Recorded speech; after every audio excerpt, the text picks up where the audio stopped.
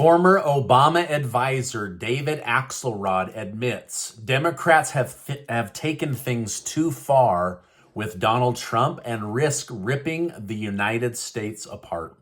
Senator Lindsay Graham says the U.S. Supreme Court will rule in favor of Trump having presidential immunity since it's a special privilege that has been afforded to every president of the United States. And the U.S. military mixes things up as strategy to keep enemies on their toe as they continue to support Israel. Thank you so much for liking and sharing these videos. When you hit that like button, it helps because it tells YouTube to push this stuff out to more people. So thank you guys so much. The band Green Day stirred controversy once again as they modified the lyrics of American Idiot during a televised New Year's Eve show to take a swipe at Donald Trump. This move, previously executed in 2019 and 2016, ignited online backlash from Trump supporters. The band, known for its outspoken stance, is gearing up for a new album release this month, promising an intimate exploration of Green Day's brain. But until then, they wanted everyone to know just how much they hate Donald Trump and Make America Great voters in this country. 3 women from former President Donald Trump's administration issued a stark warning against his potential return to the White House in 2025, emphasizing the threat they believe he possesses for American democracy. Alyssa Farah Griffin, former White House communications director, now host on The View, asserted that the issue goes beyond politics and policy, focusing mostly on Donald Trump's character. Cassidy Hutchinson and Sarah Matthews, also former White House aides, expressed concern about a second Donald Trump term, recalling his denial of the 2020 election results. Trump's campaign dismissed this as ungrateful grifters, highlighting defection from former officials. 2 of these ended up taking jobs with Trump after they left the White House. That's how much they hated his guts. Now, the women encouraged others to do their research and reject Donald Trump in order to keep him away from the White House. Let me know your thoughts on these. Now, remember that Cassidy Hutchinson is the woman who testified under oath that Donald Trump had come over the partition of his limo in order to jerk the steering wheel away from his Secret Service agent. The agent, as well as another Secret Service agent, had testified that Ms. Hutchinson had lied about her third-party story. In a recent Suffolk University USA Today poll, it's Donald Trump stealing the show. He's leading the GOP pack and even outshining Biden in almost all key areas. With 1,000 likely voters in the mix between Christmas and New Year's Eve, the poll shines a light on Biden's soft spots, especially among his core supporters. Now, black voters who have voted Democrat 90% in the past are now only planning to vote for a Democrat at 63%.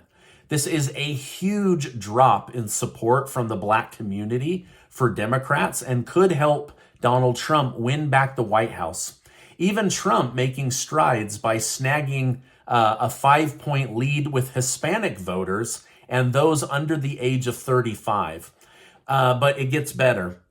Without naming any third-party players, 16% of folks are eyeing options beyond Biden and Donald Trump.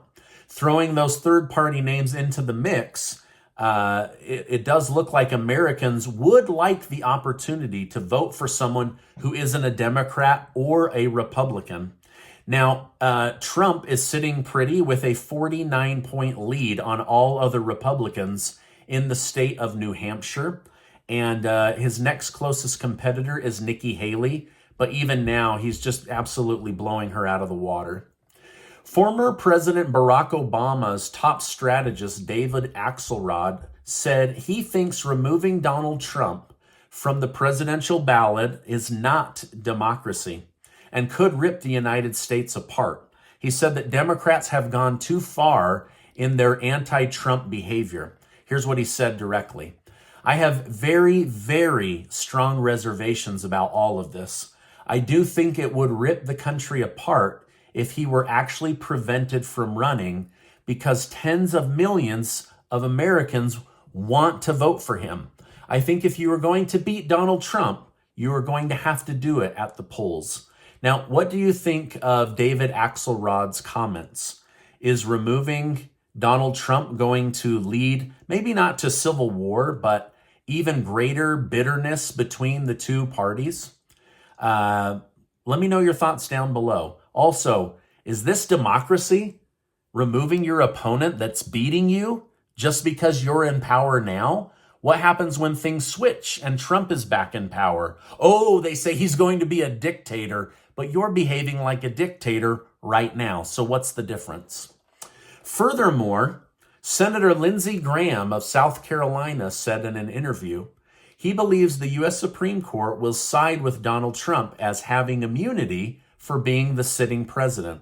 Trump took all of his concerns about election fraud to legal court systems and isn't responsible for a small handful of Trump supporters who made their own mind up to attack or vandalize the U.S. Capitol. So basically, Lindsey Graham is saying that from everything he's seen, of course, the Supreme Court is going to side with leaving Donald Trump on the ballot.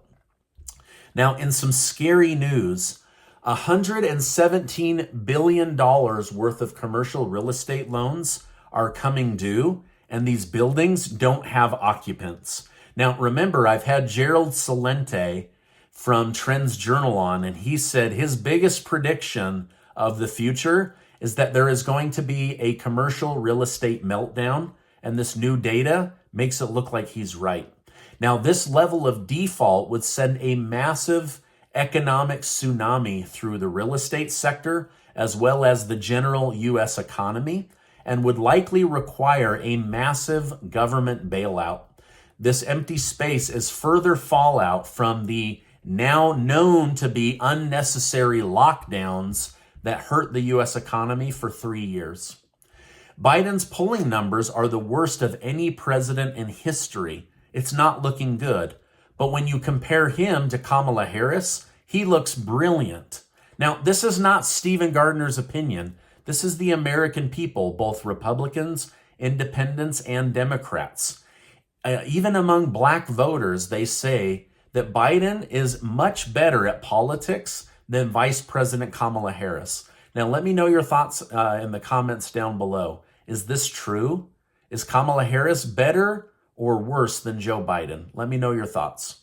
By the way, did you hear in my interview from a few days ago with Sheriff Mark Lamb that Vice President Kamala Harris has never once contacted him or the people in charge of border control in Arizona, even though she was personally tasked with keeping the U.S. border safe and figuring out the illegal immigration situation? I thought this whole time that they were having weekly meetings, but they've had 0 meetings about the border. Unbelievable.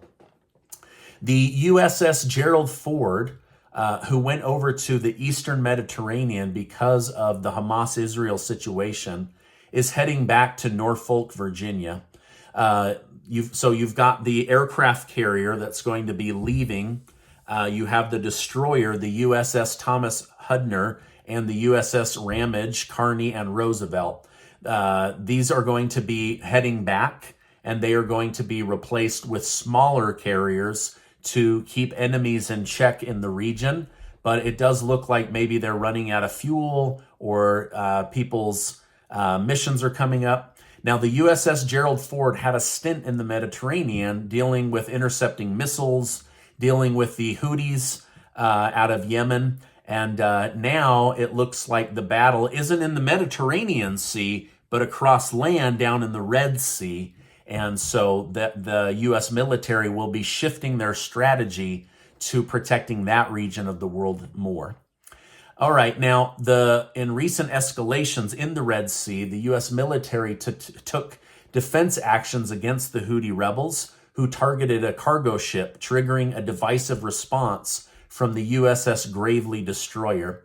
Following the rebels' attack on the cargo vessel, the USS Gravely intercepted anti-ship missiles swiftly responding to the distress call issued by the targeted ships. This intervention led to a firefight between the U.S. military and the Houthi rebels. The incident underlines the fact that this region could explode into a hot war if things aren't cooled off. But as of right now, it doesn't look like the Houthis want to back down, and the U.S. military also does not want to back down in the region.